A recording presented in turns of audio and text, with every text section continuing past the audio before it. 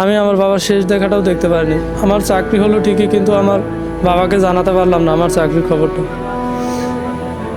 গাজীপুরের শফিপুরে আনসার ও ভিডিপি একাডেমিতে answer ব্যাটালিয়নের ২৮তম batch সিপাহী নিয়োগের ৮ম দিনের বাছাই কার্যক্রম সম্পন্ন হয়েছে।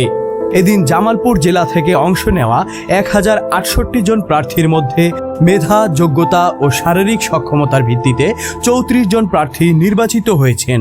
নির্বাচিতদের মধ্যে রয়েছেন জামালপুরের মাদারগঞ্জ উপজেলার বিন্নাফৈর গ্রামের মোহাম্মদ ইসমাইল মিয়া। জীবিকার তাগিদে রাজমিস্ত্রির কাজ করতেন। পরিবারের আর্থিক সচ্ছলতা ফেরাতে এবং একটি স্থায়ী সরকারি চাকরি পেতে দীর্ঘদিন ধরে চেষ্টা চালিয়ে আসছিলেন তিনি। গত ১৫ই আগস্ট ইসমাইলের বাবা আব্দুল মান্নান পালিত গরু গোসল করাতে নদীতে নিয়ে যান। আগে থেকেই অসুস্থ থাকা আব্দুল মান্নান নদীর স্রোতে নিখোঁজ হন।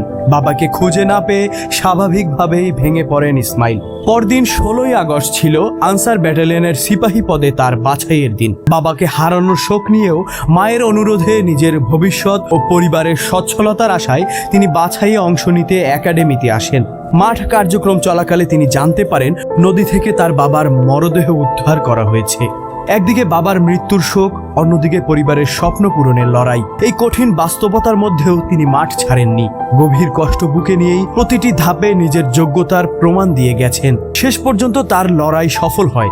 তিনি আনসার ব্যাটালিয়নের ২৮তম ব্যাচে সিপাহী পদে নির্বাচিত হন। বাবাকে হারানোর শোকের মধ্যেও ইসমাইলের এই সাফল্য যেন পরিবারের স্বপ্ন পূরণের এক নতুন অধ্যায়। আমি আনসার ব্যাটালিয়ন মাঠে আসছিলাম। কালকে দুপুর ১:৩০টার সময় আমার বাবা নদীতে নিখোঁজ ছিল। গরু নিয়ে আসতে গিয়ে মাঝ নদীতে ডুবে গিয়েছিল। ওই অবস্থাতেও আমি মাঠে আসছিলাম। আসার পরে ১০টা-১১টার দিকে আমি ফোনে জানতে পারি যে আমার বাবা মৃত অবস্থায় লাশ উদ্ধার করা হয়েছে। এই অবস্থাতে মাঠে আসার পরে আমি নিজ যোগ্যতায় সব ইভেন্ট পার করেছি। পার করার পর আমার চাকরিটা ইনশাল্লাহ হয়ে গেছে। আমি আমার বাবার শেষ দেখাটাও দেখতে পারিনি। আমার চাকরি হলো ঠিকই, কিন্তু আমার বাবাকে জানাতে পারলাম না আমার চাকরির খবরটা।